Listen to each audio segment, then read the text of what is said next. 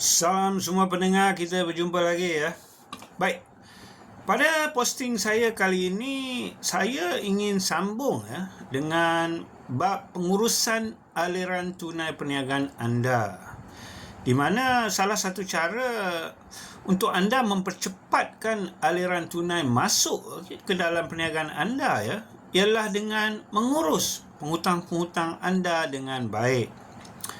Di mana anda mesti mesti sentiasa berusaha untuk menentukan yang pelanggan-pelanggan anda yang mendapat khidmat kredit, belian secara kredit, lakukan pembayaran hutang mereka dengan cepat dan tepat pada waktu yang ditetapkan. Baik, kepada mereka yang baru sahaja membuat keputusan untuk memberi perkhidmatan ini kepada pelanggan-pelanggan mereka, persoalannya ialah di mana saya nak bermula? Where do I start? Jadi, apakah langkah-langkah yang perlu diambil sebelum anda menyediakan perkhidmatan kredit ini?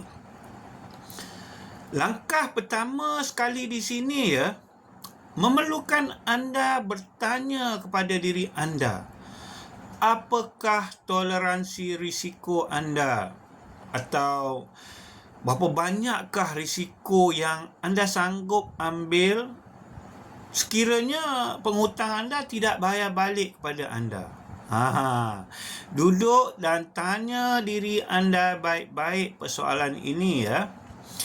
Ini sangat penting kerana ia akan menentukan tahap toleransi risiko anda dan perniagaan anda dalam pemberian kredit ini.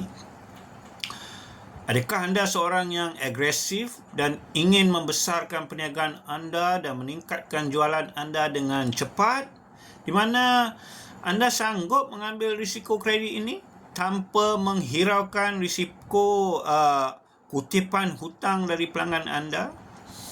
Atau adakah anda seorang yang lebih konservatif, yang tidak sanggup mengambil sebarang risiko hutang lapuk, dan anda memberi keutamaan untuk melindungi aliran tunai perniagaan anda? Atau adakah anda di antara kedua-dua ni, kat tengah-tengah, di mana anda sanggup mengambil sedikit risiko demi meningkatkan jualan, meningkatkan bilangan pelanggan namun pengambilan risiko ini anda datang sekali dengan satu pengurusan risiko yang ketat dan mantap. Di sini sebenarnya tiada jawapan yang betul. Semuanya terpulang pada anda, atau dalam bahasa Inggeris your risk appetite lah.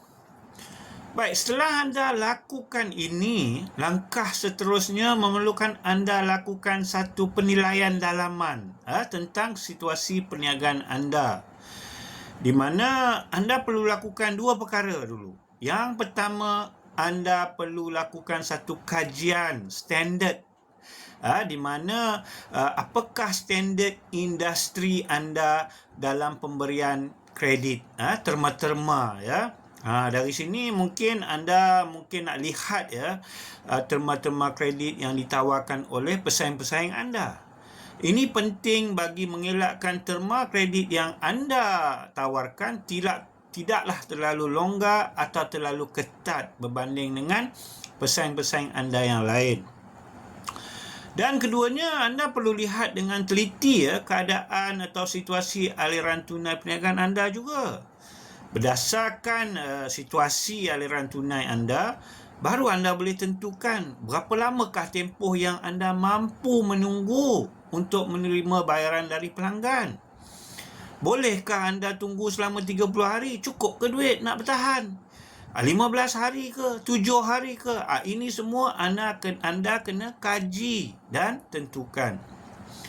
Berdasarkan toleransi risiko anda dan penilaian dalaman ini, langkah seterusnya ialah dengan menyediakan satu polisi kredit untuk perniagaan anda.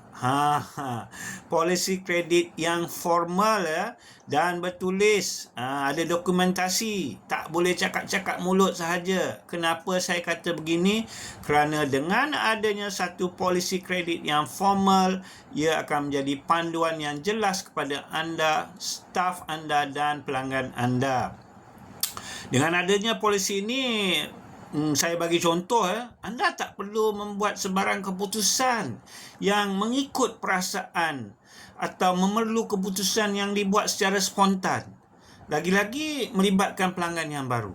Polisi dah ada, dah jelas, ikut sahaja. Polisi kredit ini juga dapat memberi satu mesej kepada pelanggan anda bahawa anda menjalankan perniagaan anda secara profesional, terutama sekali dalam pengurusan penghutang dan pengurusan aliran tunai perniagaan anda. Selain itu juga polisi kredit ini saya tengok atau saya anggaplah sebagai satu alat yang sangat efektif dalam mengurangkan risiko hutang lapuk di kalangan pelanggan anda. Baik, sampai di sini sahaja perkongsian saya kali ini.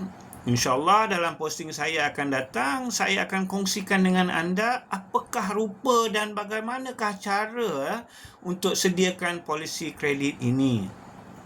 Diharap para pendengar nantikan posting saya seterusnya dan terus memberi support supaya channel saya ini dapat memberi manfaat kepada kita semua, terutama golongan-golongan usahawan. Sekian, terima kasih, jumpa lagi.